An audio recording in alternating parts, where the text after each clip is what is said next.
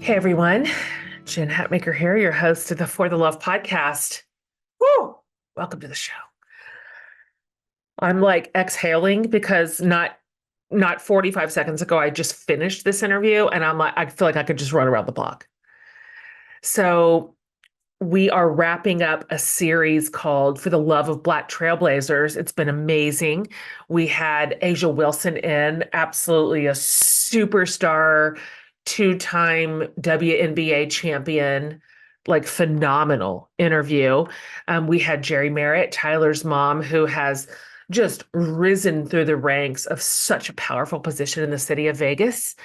And um, these women are incredible. They have broken barriers, they have opened doors.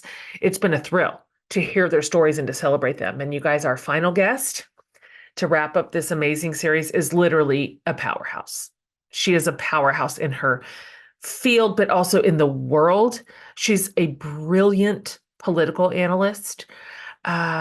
She shares her insights and interviews with us every night as a reliable and trustworthy guide through stories and, well, hell, the all too common political satire that's playing out in our democracy literally every single day. And she holds our leaders' feet to the fire and she helps us make sense of the information overload.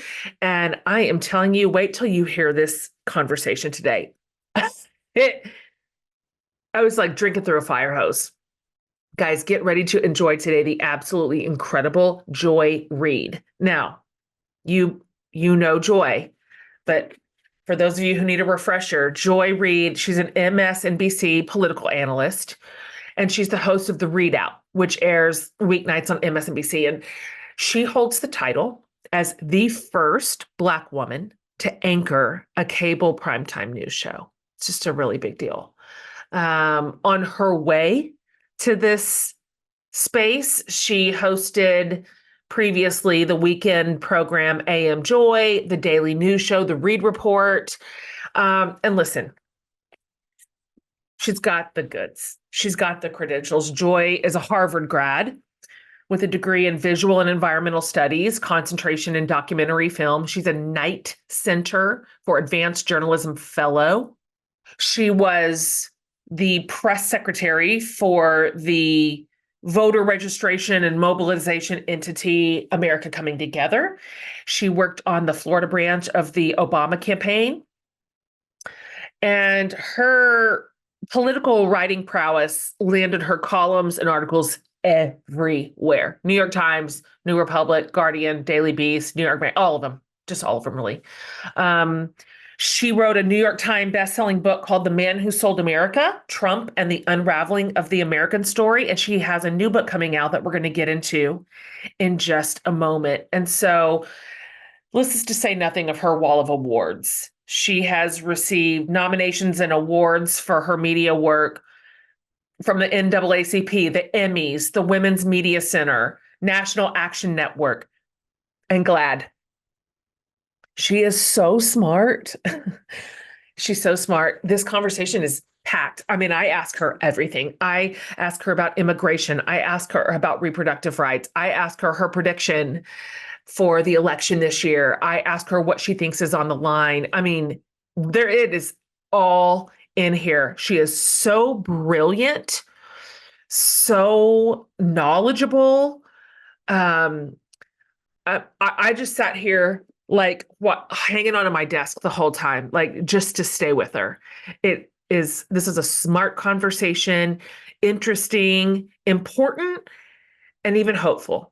And so, gosh, I'm delighted to bring you this conversation with the absolutely wonderful Joy Reid.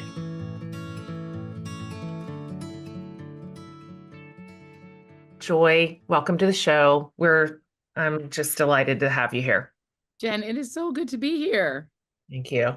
I have respected you and admired you for a really long time. This is, it's such a strange time to be alive. It is such a strange time to be an American.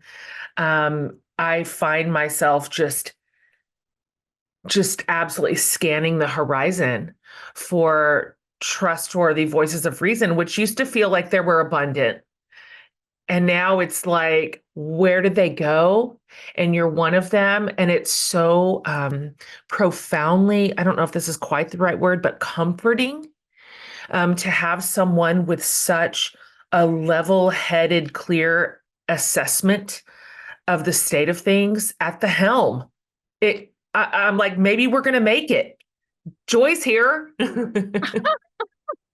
You know what? We've got to make it, right? I mean, the alternative is it's just unthinkable. And the thing is, I think because I understand that we there are ways in which we could not make it. You know, my parents both come from countries that, you know, have had challenges with democracy, to put it mildly. And so it's not guaranteed, right? So That's right. we'll make it if we work for it. That's right. Every sort of world power and stable country thinks they're impervious until they're not. That's correct. Yeah. Yep, And it goes history so is a fast. mirror. And we were just both we've both been to Cuba, and I'll tell you the thing about Cuba that is so sort of it's like it's a beautiful and horrible country at the same time. But what you realize is when you see the people there who are so friendly and so kind, they've also adapted to having no rights, to having no ability to speak against their government, to having no freedom. And the human beings are so adaptable, they will thrive and live in any condition. So you see kids skipping through the streets like regular kids. No one there is like looking terrified, like they have adapted to autocracy. And so the challenge is I see us slowly adapting to things like political violence, to just normalizing things that seemed unthinkable. We're adapting to like a 1930s Europe paradigm, and you're seeing it in real time. The Germans adapted to Nazism, and we are adapting to fascism. And so that's what scares me is that people, it's like a slow boil, it's like a frog in a pot. And by the time you realize you're boiling, it's too late. You're exactly right. I was just having this conversation yesterday with a really interesting friend of mine, and we were talking about what's going on around reproductive rights right now, and all those that are being walked back and sort of really stolen out of the hands of women. And I was asking her, I said, where are the adults? Like, how is this happening?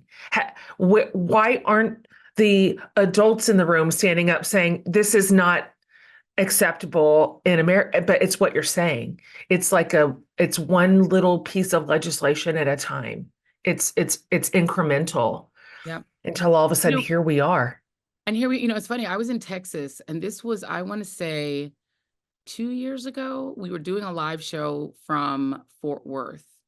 And at the end of the show, you know, you do all the selfies and everybody's like, and then we're walking back to the car, and this woman comes up to me, tall, blonde, pretty. She kind of has the, you know, she could be in like a beauty pageant kind of look. And she comes up to me. And so because she has that kind of Texas beauty pageant look, I'm thinking, oh, here comes the conservative that's going to yell at me, right? Because, you know, we've gone through a whole day and I haven't had a Texas, you know, conservative yell at me because all the liberals, all the little liberals ran to our little set. And so all the little liberals in Texas were on our set. And I'm thinking, I'm finally going to now have the conservative, because she didn't come up to me during the broadcast. She waited till I'm walking to the car. So I'm bracing myself for, okay, she's going to tell me I'm the worst person in the world. Instead, this woman, this sort of beauty queen looking woman, starts crying. And she says, I'm so scared. I don't know what I'm going to do. They're taking all our reproductive rights away. I have 3 daughters. They're preteens. I don't know where else to go. I live here. I grew up here. My family goes back. This is where I'm from. I don't know what to do. And she's literally crying. I didn't know what else to do. I gave her a hug. I said, it's going to be okay. Since I've left there, Texas women have lost more rights. And 4, I think 5 of them have sued because they almost died because they swept away their right to their own bodies, their right over their own bodies. And yet, I was there before the election that in which the governor of Texas and the entire administration was reelected, easily reelected. And so Texas women had the chance to punish them for the rights they'd already taken away and to prevent them from taking more. They didn't do it. You go to Georgia, where they have a 6-week abortion ban, which was in place before the opportunity to elect or not reelect Brian Kemp. And though he had taken not just the rights of women over their bodies, but also the right to vote, and signed the legislation to take away the right to vote in front of a portrait of a plantation, they still reelected him. That is so frustratingly predictable. I'm Texas. I'm in Austin here, of course. And so we're a little bit more of a progressive outpost in the state. But watching us elect the same state leadership election after election to our own detriment against our best interest. And we're going to talk in a minute too. We've got, of course, a heavy portion of like the Texas concern is the border. And although our voting numbers aren't quite as stark as they once were, as our metro cities continue to grow, largely from people who are coming into Texas from another place. But it's scary.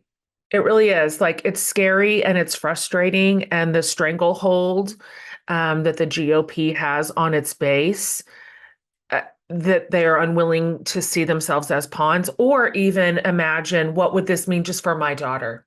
Right. Like what? Absolutely. And it's got to be, I mean, and the thing is that the irony is women outvote men in every demographic: white, Black, Latino, Asian American. Women vote more than men, period, in America. Imagine a world in which women across demographics all voted together. There would be no way we would lose another right, that we would have gun reform right now. It's a 70-30 issue, gun reform. Even in Texas, even gun owners agree that there should be some restrictions because the largest massacres have taken place in Texas. Texas gun owners agree. They can't get it passed even in Texas where they want it. And and people will use guns and the fear of somehow some mythical confiscation at a mass level of guns as an excuse to strip themselves of rights over their own bodies, to strip themselves of the right to vote. And you can't set aside suppression. Texas is one of the most suppressive states in terms of the right to vote. They artificially suppress the Latino vote, and they suppress the county, Hamilton County, that contains Houston, artificially to perpetuate their own power. But we have to figure out ways to thwart that. It's been done in the past when it was even worse and when the right to vote was even more inaccessible. Somehow, Americans of good conscience and who really care about democracy have found a way to thwart it before. We should be able to find a way with all of our modern conveniences and the internet and all of our connectivity. If we can't defeat fascism now, then we can't defeat it. I'd love to hear you talk a little bit more about that, because you have such a national perspective and you're a journalist, so you're paying attention even closer than most. In your opinion, being a student of history, having seen cycles of injustice ultimately become overturned in America, what are your thoughts? What would it look like to thwart this mountain? I'm curious. Do you have ideas? Well, is history our teacher? I think it is. There have been 3, to me, instances of substantial forward progress. American history is kind of like a coil. It rolls forward and then it rolls back and it rolls forward. But as it's rolling forward and backward, it's slowly advancing. So we're advancing toward the multiracial democracy that the founders never intended, but built accidentally anyway, right? By importing Black enslaved people, they built a multiracial democracy by default, and by taking over a country that had an indigenous population, you've now got 3. And then by constantly trying to replace Black slave labor with brown labor, with Asian labor, with Puerto Ricans, with taking Hawaii, they keep adding people of color. And so you've now built a multiracial democracy, whether you want it to or not, and you can't forever deny those non-white people their rights, because they see what you have. They see that you have the right to vote. They see that you have the right to free speech. And they say, well, I live here. I'm a citizen. I fight in the same wars as you. I pay the same taxes as you. I want the same rights. And you just really can't deny it. And so by default, we have to be a multiracial democracy because of the way we're built. So you set it that aside. So to me, there have been 3 instances where we've seen that forward coil. The first is Reconstruction. You have the worst point in American history, meaning just after enslavement, the most evil enterprise, because it wasn't regular slavery like they had in Africa or in Rome. It was chattel slavery, meaning slavery where you breed people like a cow. So cattle slavery, you may as well take the H out, right? It's cattle slavery, where you take these humans and treat them as cattle. After that, those former cattle immediately sign on to the constitutional idea of voting, of participation, of being a part of civic society. And the women can't vote, of course, because they hated Black people, but they hated women more. That's right. That's right. Women couldn't vote. There is a pecking order.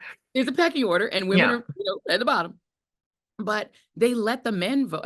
Initially, the 14th Amendment, the 15th Amendment, 13th, 14th, to 15th, empower Black men to vote. So Reconstruction is actually really successful. We have 12 years in which a Black and tan coalition of white and Black men, and the women who are behind the scenes working as well and working on trying to get women the right to vote, have this incredible experiment in places like South Carolina.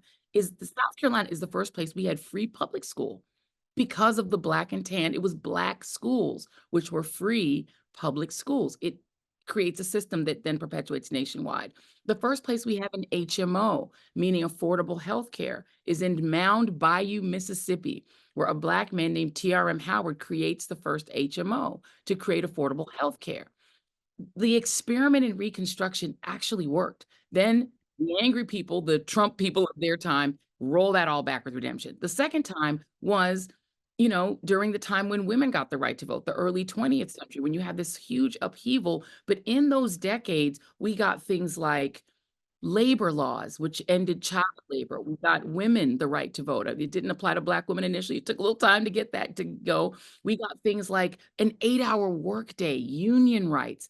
We had a revolution in that first third of we called it the American century for a reason. You had this incredible leap forward economically for people. You had Asian Americans who were excluded, allowed to come in to integrate formally into the country. We have this like churning forward. And then, of course, that gets rolled back too. And then you have the civil rights movement being the third, which was a real revolution and an heroic era in our history in the 1960s, where we pushed forward even more. And then that goes into women getting our rights over reproduction in the 1970s. We've done it before. We just keep letting it roll back.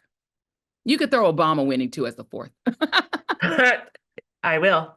It's actually strangely comforting to hear you say that we have, our country has stood on the cusp of just disastrous policy and practice and found a way forward. It always feels so monumental when it's our generation, because this is our watch. But you are right. I mean, my mom, one generation removed, in Kansas, was a sophomore in high school when her high school was integrated. I mean, that wasn't long ago. It really wasn't. And so it is possible, and the will of the people have found a way before, and they can do it again. I love having you here because your brilliant mind just spouts. You just know it all. But one thing that we never we so respect and admire our journalists, and you bring us the stories, but we never get to know you. You're neutral. You're supposed to be. That's your job. Well done. But we don't often get to know you. We don't get to have a conversation with our journalists as a human person. And so I wonder if I'd like to hear more about you. I'd like to hear about your family. I'd like to hear about what kind of kid you were, because of course now we see you here as an outrageously successful person. I mean, by all accounts, you have broken so many ceilings and your accolades just line the walls. Were you like this? Were you like this as a kid, or are your parents like, of course? Yeah. Or was this surprising? I was exactly like this, except with Coke bottle glasses. Just picture me with Same, Coke bottle glasses, same. right? So, I mean, and then you know what's so sad is that glasses got cute, like in the Uh, 10 years ago, and I'm like, oh, now glasses are cute, Speak huh? on it. Okay, I'm I'm like, how now I furious. don't, and now I got the eye surgery, and now I can't wear glasses. So I'm like, oh, that's real cute. That now This is glasses exactly are me. adorable, I'm and like, now where I were those can't. in second grade? Where were those in second grade when Thank I had you. Coke bottles on? Thank Um, you. so basically, I'm a middle child. So you can see I'm an extroverted middle child. I'm a very typical middle child Sagittarius girl. Grew up in Denver, Colorado. I was born in East Flatbush, Brooklyn, New York. We moved, my big sister, my mom and I, my parents were divorced. They moved to Denver, Colorado. That's where my brother was born. And we grew up there in the, 70s. I was a 70s child and an 80s high school student. My mom immigrated to the United States from Guyana. My father was from the Congo, the Democratic Republic of Congo, but they split. So he was really in the Congo as I was growing up. He was a phone father, not much involved in our lives other than that.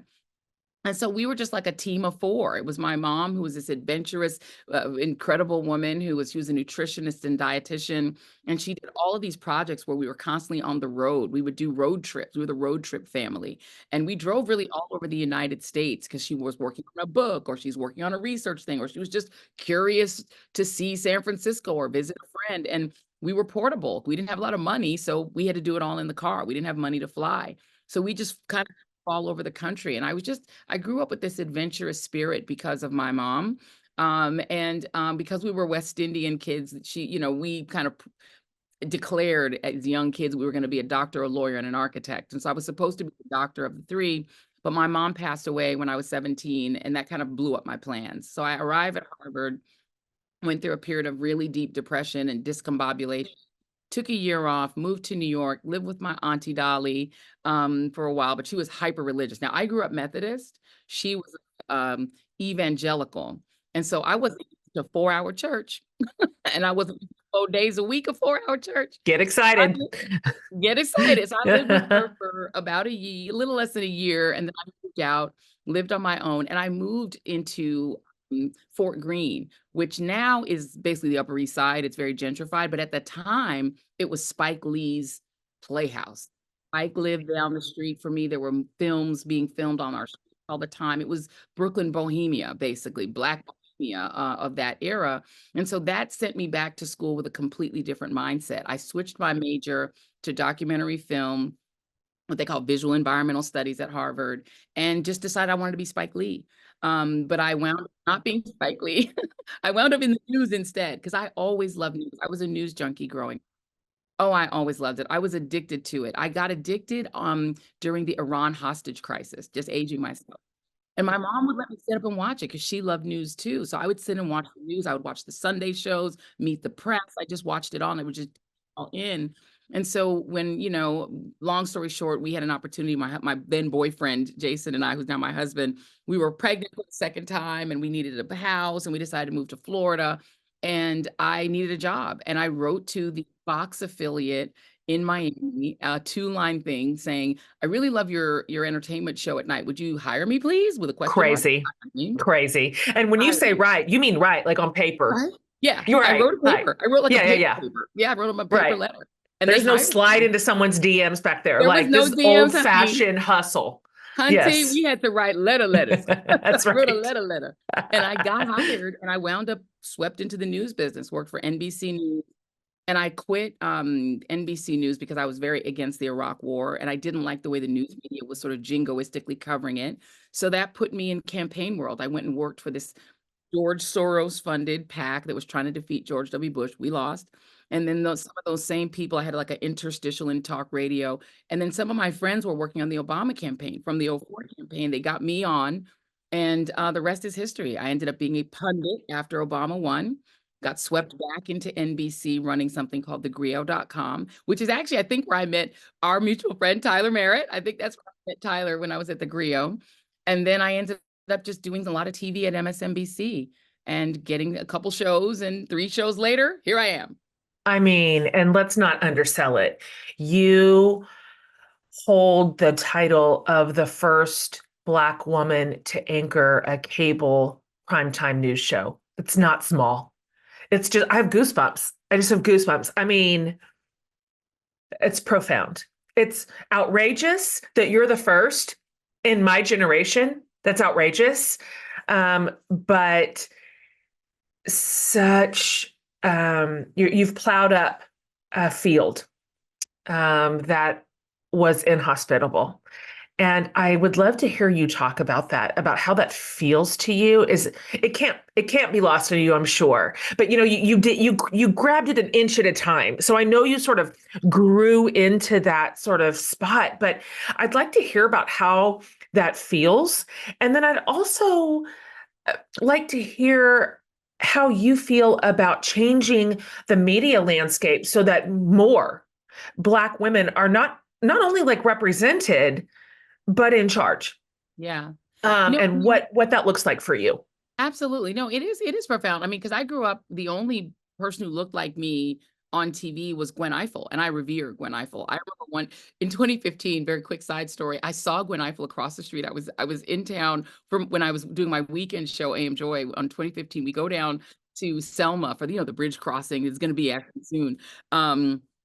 The commemoration, and I see Gwen Ifill across the street. So of course I have no tact. So I see her, I'm like, oh my God, and I ran across the street, and I threw my arms up, and I said, Gwen, I've admired you since I was a little kid. I'm such a good fan. And she opened her arms, and I threw myself on her. I threw myself like Gwen Ifill. But she hugged me, and she was so sweet. And she was like, oh, honey, it's so great to meet you. And she was like, I'm proud of you, all the work you're doing. And she pretended like she knew who I was, which is amazing. And then it was like, so yeah, so I revered Gwen Ifill. That was the only person that looked like me, right? And so I think for me, I'm very conscious of the fact that I'm the person that looks like the young Black girls who come up to me like that. You know what I mean? And it makes me feel very proud because I can represent, and you really can only be what you can see. I think you can relate to that. As a woman, you have to see it in order, there were no women airline pilots or women, college professors. All of the business moguls were men, all of the CEOs. When you think CEO, you think white guy, you think, but we're, as women, breaking into spaces where we're not supposed to be, I mean, I even think of Miss Myrlie. I revere Myrlie Evers. She is an icon to me, but she also, and she lived in a space that no one was in. There weren't a lot of chairwomen of the NAACP who were women. There was literally two. She was.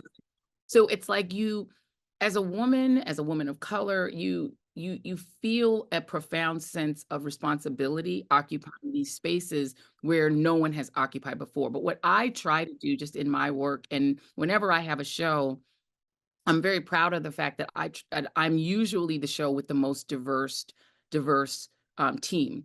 Melissa Harris Perry was before me because she was very much about that life, about, always looking for, are there more women? Are there more Black women? Are there more Asian Americans, et cetera? Do we have a little bit of everyone represented on our team? And my team does. The team that produces the ReidOut, we have, you name the demographic, we've got it. Age-wise, gender-wise, sexual orientation-wise, we've try to have someone from every community, because that way, when we're having our show meeting, we're really not missing much, Well, I feel like the goal is, when you get in the door, just prop it open. If not, kick it open and let more people in, because diversity and equity and inclusion, it's become a bad word, but it actually just means making America more what it was meant to be. That's right. And frankly, even if you have a heart of stone, if you have not a good molecule in your body, it's just good for America. It's good for the GDP. It's good for healthcare. It's good for public schools. The whole harbor rises. So if you only care about the bottom line, that's still the right path. It's so hilarious. It's so funny that you say that, because every time there's like a right-wing boycott attempt, like when they were mad about the Little Mermaid, I'm like, y'all do math, right? America is becoming a majority non-white country. And if you are under 15 years old, your age group and under is already majority non-white. These media companies do not care about morality. They want to sell those dollies. And if they're making a dolly that's brown, they're going to sell more dollies, because all those little brown girls want the dolly that looks like them. Kids have the internets. They have Snapchat, and they have Instagram. And you know what they do on that? They make up their face. They make everything. They're self-reflective. people want to play with a doll that looks like them. They just do. And so a little kid, when I was a little kid, we would play baby dolly with a little white dolly because there was no, so it looked real odd. It's like, this is my baby. No, it's not. But now you can have a baby that looks like you. Kids love it. And so they want to sell the Little Mermaid dolly. So they made the mermaid look like the kids. This is not rocket science, guys. It's not wokeness. It's business. It is. It's business. And we've got plenty of data to support that, not just from America, but from developing countries when they empower women and girls. When women and girls are safe, free of violence, and educated, the entire GDP just lifts and lifts and lifts and lifts. So And when they pick your can control reason. their reproduction, when you can, if you take countries where abortion is illegal, their GDP is artificially reduced. If you can control your reproduction as a woman, it increases literally your country's GDP. And we're going the opposite direction in America. Imagine that the most powerful country in the world, the most powerful economy in the world, is trying to stunt itself by trying to take half the population and incarcerate them in the stirrups. Make it make sense. Oh, puts a rock in my stomach. I'm just, and don't get me started on the whole sham that it's for the babies. It's just political theater. I mean, look at Alabama right now with the IVF stuff going on. Like, it's theater. This is theater. It was never, ever, ever, ever about unborn babies, ever. I mean, I don't understand. Make it make sense. This is so plain. It's so clear. This is about controlling women's bodies. It's about preserving the patriarchy and keeping a thumb on all the girls' heads. And I just don't understand it. I cannot understand how any living woman can sign on for it. I don't care who you adhere to, which political party you identify with. That matters not. Are you a woman? This should alarm you. Do you have a daughter? You should be running in the streets. I just don't get it. I don't get it. I can't make it make sense. It makes no sense. And the thing is, again, just having just been in St. Louis on this little book tour, what made me so sad is to look, we were in the hotel we were staying in. It looked out over this basically industrial wasteland. It was this old factory that was right outside the window where we could just see it from our window. And it was, so you could see steam coming out of it, but it looked decrepit. And you looked around it and you saw nothing but a wasteland, a sort of old corporate wasteland, you know what I mean? Industrial wasteland, I should say. And so rather than grow their economy and make Missouri better and make it economically powerful, I mean, look, they just had the Kansas City Chiefs try to have a march to celebrate their success in the Super Bowl, and it got shot up. In Missouri, it's easier to get a AR-15 than it is to raise your family, than it is to afford preschool, than it is to afford food. They're making it essentially a state full of warlords who can get as many guns as they want with no permit. As a rape victim who's traumatized, who cannot access Obamacare, so how do you even get mental health care? How do you get physical health care? Can you even get Medicaid? Probably not. Do they get school lunch in school? I don't even know if they're funding it. This is a state that is so draconian, and it isn't even, and it's not even the South.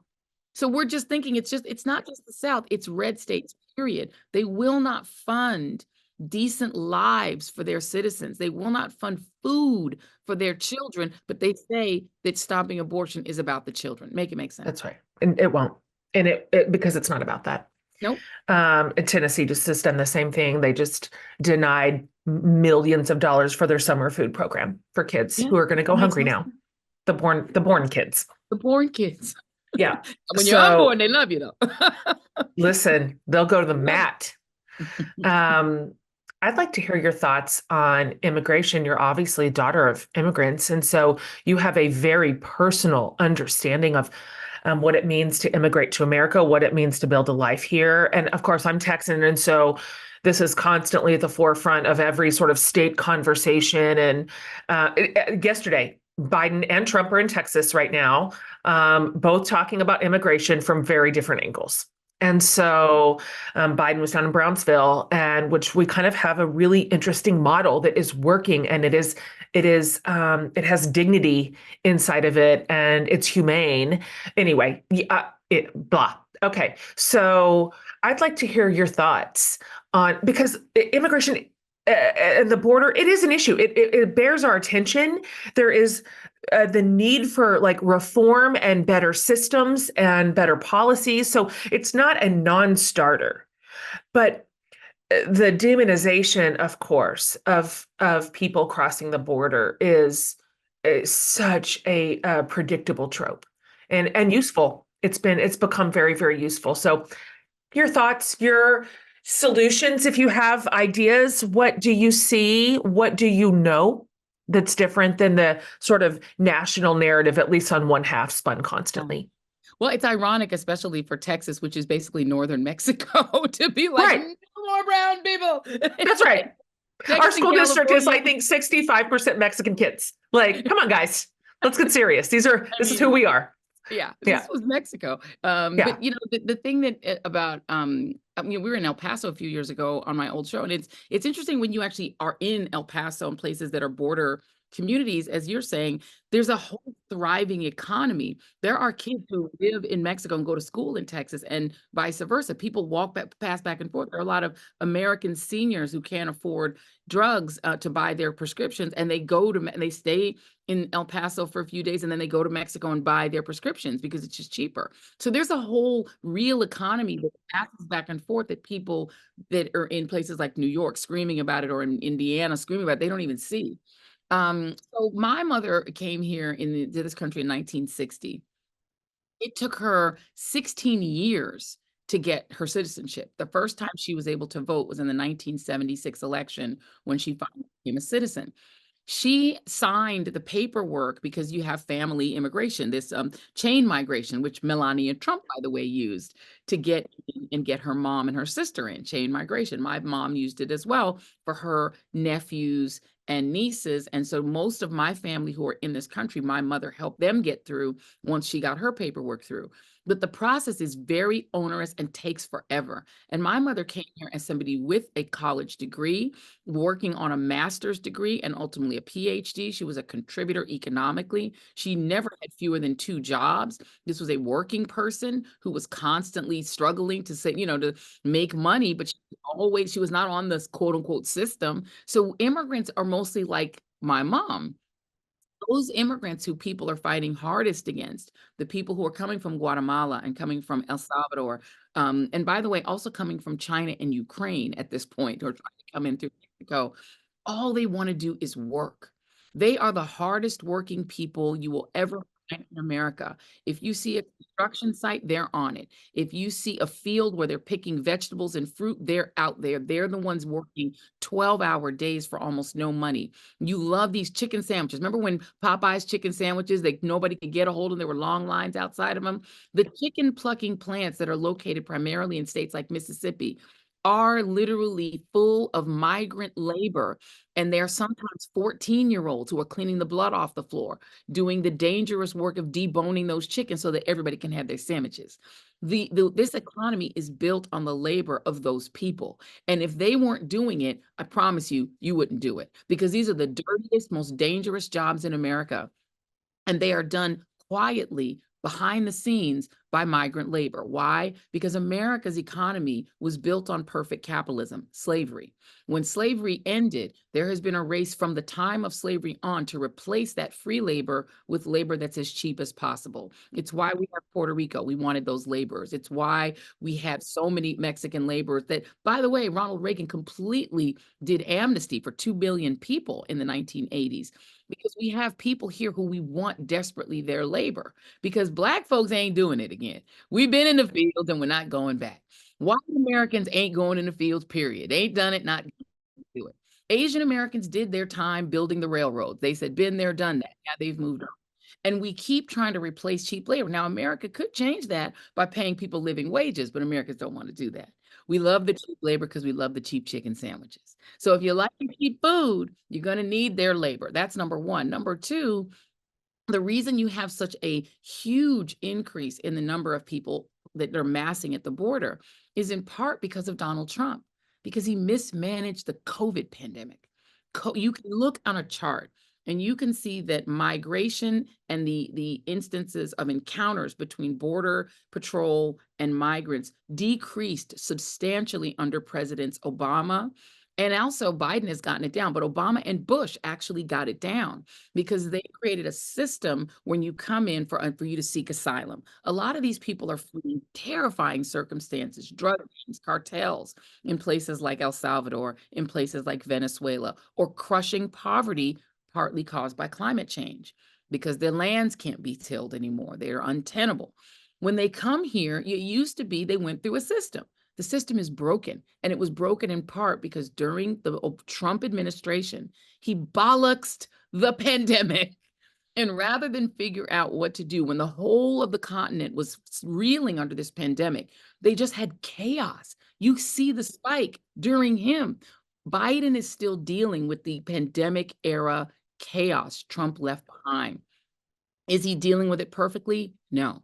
They're still fussing with the rules of how to sort of tinker with it. And unlike Trump, he isn't getting cooperations from governors like your governor. They would rather have the issue than a solution. So people like Abbott are saying, my solution is barbed wire across the Rio Grande so people get caught up in it and drown and die. It's not a solution. That's cruelty, but it's not a solution. So what we could do is have a more systematic way that people could file for asylum, figure out where they stay during asylum, and either send people back or let people in and give them the ability to work. That would solve the problem, but it wouldn't be good politics for Republicans. That's right. Thank you for that. 2 more questions. The first one, let's talk about your book. I told you before we started recording, I'm like, you just do not choose to live in the shallow waters. You just don't, because you have recently written a book about Medgar Evers, civil rights activist, and his wife, Myrlie. And so I'd love to hear you talk about this. First of all, why? You've got everything at your fingertips that you may research and spend 2 or 3 years on and write about and immerse yourself in. And I'd love to know why this story rose to the top for you. And then also what you're hoping that this book accomplishes, what needle you want to move forward, what you hope your readers walk away with. Well, it is appropriate that I am here on For the Love because I wrote the book for the love. I wrote the book because I kind of fell in love with Myrlie Evers Williams when I finally met her in person in 2018. This was on my previous show, AM Joy. We're out in California. We're doing the show. My guests for the E block, for the final block of the show, Maxine Waters, Representative Maxine Waters of California, and Miss Myrlie. Miss Myrlie shows up, and I had interviewed her remotely before, but I had never met her before. And again, she's an icon to me as somebody who's a nerd, loves civil rights as a story, as a thing to read about. So she comes in and she has this newspaper in her hand, and it's a newspaper interview that the New York Times did with me, calling me like something about the resistance or something like that. And so she has this paper, and she says, "I want you to sign this paper for me." And I almost fainted. First of all, I almost fainted. Because I'm like, okay, she knows who I am, and she has this newspaper. She's like, autograph this paper. And I was like, oh my God, I'm gonna die. I love this woman. And she has this amazing voice. And she says, I want you to autograph this paper. So I autographed the paper for her. And then we just started chatting. This is after the segment was over. And then we start off just talking about our families, talking about our lives. I talked about my mom. I said, I think you and my mom would have been best friends because they were around the same age. And then we start talking about Medgar. I don't know how we got on this subject, but she starts talking about this man like this was her little boyfriend that she just met, and she's so giddy in love with him. And I'm like, Miss Murphy, Medgar Evers has been dead for almost 60 years. You're talking about him like a little schoolgirl. And she said, Medgar Evers was the love of my life.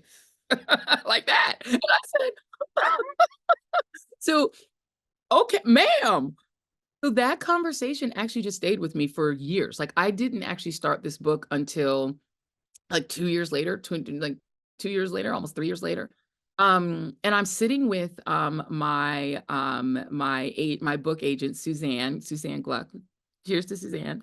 And Peter, who is my publisher, my awesome publisher, who is just awesome. We've done 3 books together. This is our 3rd book that we've done together. So the 3 of us are like at lunch, and they're like, well, what do you want to write about? And I was like, I don't know that I don't want to do another Trump book. I had just done a Trump book. It did really well. We got on the bestsellers. It's like, yay. But I was like, I don't want to live in his head for another 2 years. I got to get out of the Trump brain.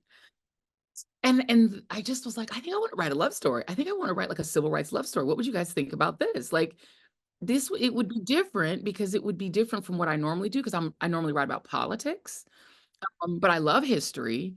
I think this would be an interesting story. I had been caught up because I had seen Queen and Slim, I think, by then, and I was obsessed with that story. And I was like, it's kind of like a Romeo and Juliet of the 60s. You know what I mean? It's tragic, but it's like a love story. And I think I kind of just sold it to them like at lunch. And they were like, okay. So yeah. And so it was just a matter of if I could get the family to go along with it. Because, Miss Myrlie has written 2 great autobiographies. She helped Manning Marable do her husband's papers. I didn't know if she wanted to go back and live through this assassination story again. So it was a matter of reaching out to both of the kids who are very protective of their mom and having these conversations. Would she be open to talking to me? Thank God, they got a yes from her. And then we just kind of were off to the races. And it was 2 years of research. I had 2 research assistants from Howard University that worked on the genealogy and the background and finding everything we could find and sitting in the archives in Jackson, Mississippi, and finding every living person who lived on that block. Most of them still lived on the block, interestingly enough, Is on that their, right? yes. Wow. It's such a Gosh. stable community that most of the people who we wanted to interview still literally lived on Guine Street What on do the you same street. know? It's wild. Wow. What was the most interesting thing you discovered? Like, what was the most fascinating interview you conducted, or something you sort of peeled back and went, well, look at that? Yeah. I don't this one isn't like it's not necessarily the most interesting thing, but I think the most interesting thing that I took from the book that I hadn't thought about. And I covered Black Lives Matter. That was my book for years for what about 4 years. And it's a hard book, right, to do. We're dealing with the mothers of murdered children, a lot of moms and some dads. Just it's painful, but the children are gone. In this case, I interviewed the children on the block, right? And you don't think about the fact that if you're a kid that lives on a street where a man who's like the fun dad on the block, who because he throws a football with you guys, he's the one who throws you in his car and takes you to the segregated, drive-in theater to see movies, and you're all in the back of his car. And this guy, right? You may not know he's a civil rights leader, but you know him. And then he gets assassinated at home. The lifelong trauma of the kids who are now adults, that is the thing I wasn't prepared for. The conversations I had with people who are now adults, but who were kids at the time, stayed with me because it's like, wow, we don't think about that. It's not just the trauma to Medgar Evers and Myrlie Evers' children, which was lifelong, it's lifelong. But all the kids on the block, this one young man who was one of the sweet kids, this is the sweets. The sweets are a boy and a girl. They were a boy and a girl at the time. They're a man and woman now. And the sweet kids are the ones who said that to me. They said, think about the trauma we all felt. We knew that not only had somebody died, now we're dealing with death, which we already have in the back of our minds as Black kids because we know about lynchings. We hear about lynchings, but they're in Jackson in the city, so they hadn't seen a lynching. They'd read in Jet magazine about Emmett Till and seen that horrible picture. So they all knew lynchings happened in Mississippi. This one happened down the street. And for one of the young women who we interviewed, it happened next door. And so we interviewed the daughter of the Evers neighbor who watched him pull himself through blood to try to get into his house. She's watching this as a 15-year-old girl. And her little sister, they're looking out the window. Literally, their bedroom faces the carport. So they see it. Can you imagine?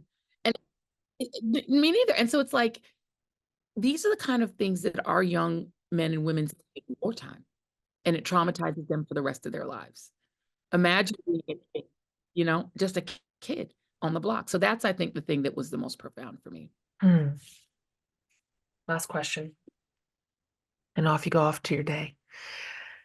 I'd like to hear your thoughts / prediction, if you will, for the election this year. You're such an insider. You see more and hear more than the average person. What are your thoughts? Do you have a prediction? So I would say, and I'll tie it just very quickly back to this book a little bit. The thing that I took away from it, my big takeaway, is that courage is contagious, right? When Medgar Evers died, the funeral was supposed to be this dignified march. They promised there wouldn't be any protests. But when the young people started to sing This Little Light of Mine, which was his favorite song, his favorite protest song, the police responded with barbarity and started beating these kids at the funeral. And Dr. King was whisked away, and it was like a whole mess. But what that said was that these young people were unafraid. That killing Medgar Evers did not make them more afraid. It did not make them more afraid. It made them less afraid. I now transport us forward to Navalny. Alexei Navalny in Russia was buried today. I don't know about the time difference. It might have been yesterday because today is yesterday, whatever, a different time. But he was buried, and the Russian government had held his body and not wanted to let it go. The family got the body back. They buried him today. The mourners at his funeral, like at the Medgar Evers funeral, protested, which can get you killed or get you incarcerated, just like it could in 1960s Mississippi. Same in Russia today, even more terrifying. Like, they're risking incarceration and joining Navalny's fate. But killing Navalny didn't make these Russians more afraid; it made them less afraid, right? And so I think what we just saw happen in the Supreme Court is that at least 5 members of the court, 'cause that's what it would take to have them hear the case, decided that they would entertain the idea that the president of the United States maybe could take SEAL Team 6 and kill his political opponents, and that would be fine because he would have total immunity from criminal prosecution forever, so long as he ever has been president of the United States. That's insane.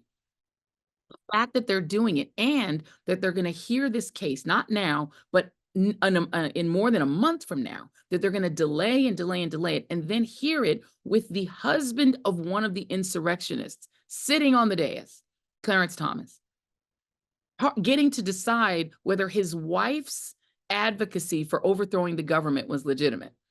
It's all crazy.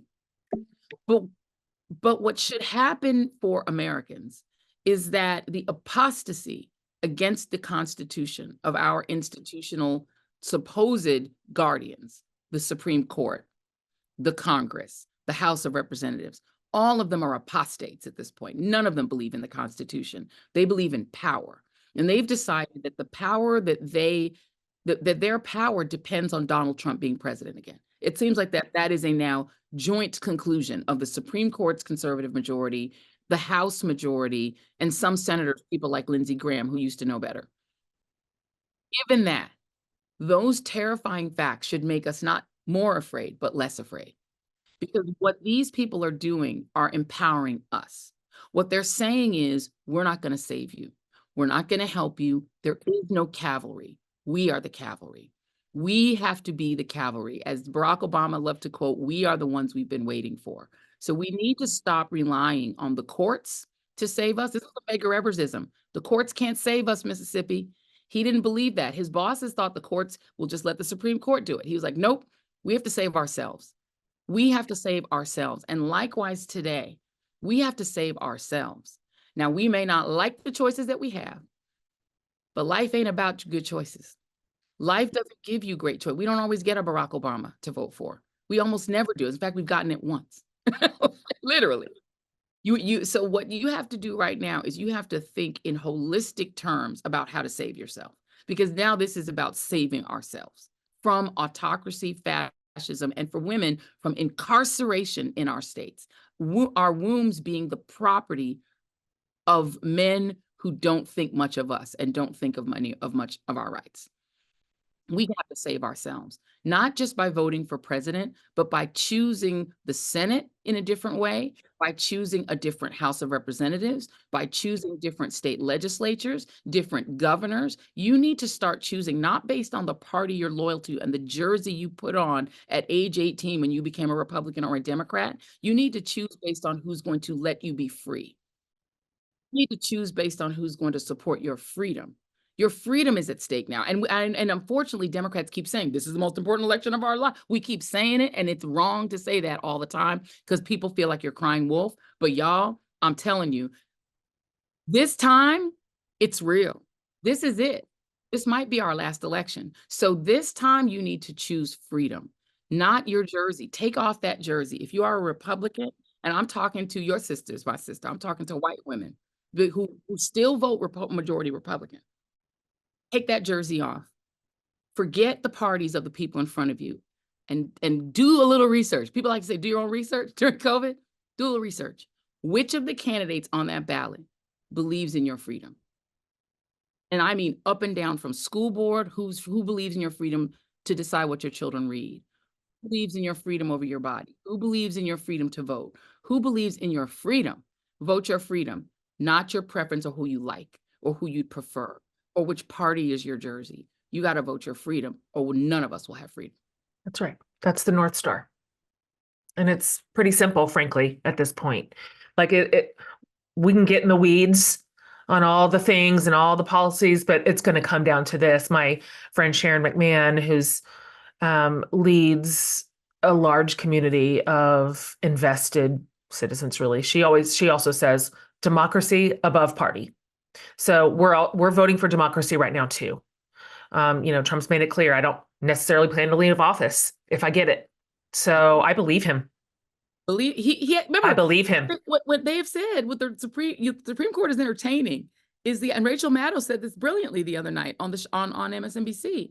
The message they're sending Trump is that as long as you're president, you won't go to prison. So what is his incentive to leave office ever? Because if he leaves office, he can go to prison. So his incentive is to stay in the White House forever, so he never goes to prison. This is not complicated. Donald Trump is not a complicated man. He's not a brilliant man. He's not a smart man. But he does not want to go to prison. He knows enough to say, I don't want to go to prison. And he also doesn't want to pay his giant, enormous. Can you imagine owing $500 million? No, I can't. He owes $500 million. Why do you think he's so friendly with Russia and the Saudis? The Saudis just gave his son-in-law $2 billion. The Russians supported his business for decades and propped up his failing business. He doesn't care about this country. He cares about that stuff. So it's like, this ain't complicated. And he's got a cold. Also, that's not a very veiled message. He's pretty clear. He's pretty clear about it. Like, you don't have to sort through the pile to figure out his motive. He's says not playing three-card Monte with y'all. No, he doesn't have that level of strategy available to him. So democracy and freedom. That's how we vote this year. Thank you. Thank you for coming on. Thank you for who you are in the world and for leading us well and for being a trustworthy voice. It feels like a relief as we sort of look around, like, you know what? There's still some grownups.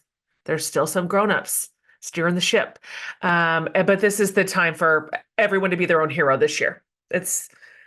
No one's coming to save us. No one's coming, y'all. The cavalry ain't coming. We That's are right. the cavalry. That's it. It's coming, but it's us. That's right. Well said. That's it.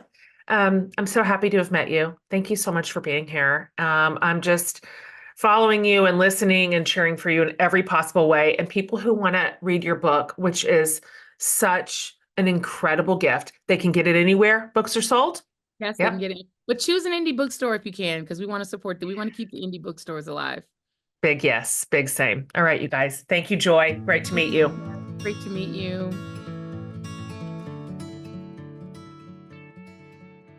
Woo! Like, what did I tell you? What did I tell you? I'm not going to just throw a question to her and she can just speak knowledgeably about it nonstop without a break or a breath endlessly. I love smart, interesting women, and she's at the top of the pile. I am with her. I'm with her on everything she said. I think this year, when I say our, I particularly mean women, I hope you heard her say women outpace men in every demographic when it comes to voting. We are the majority voter. And therefore, we have not just the responsibility, but the opportunity to turn the tides. Just us. Even if we don't even convince any of the men, if just the women say, we are going to vote for freedom and democracy,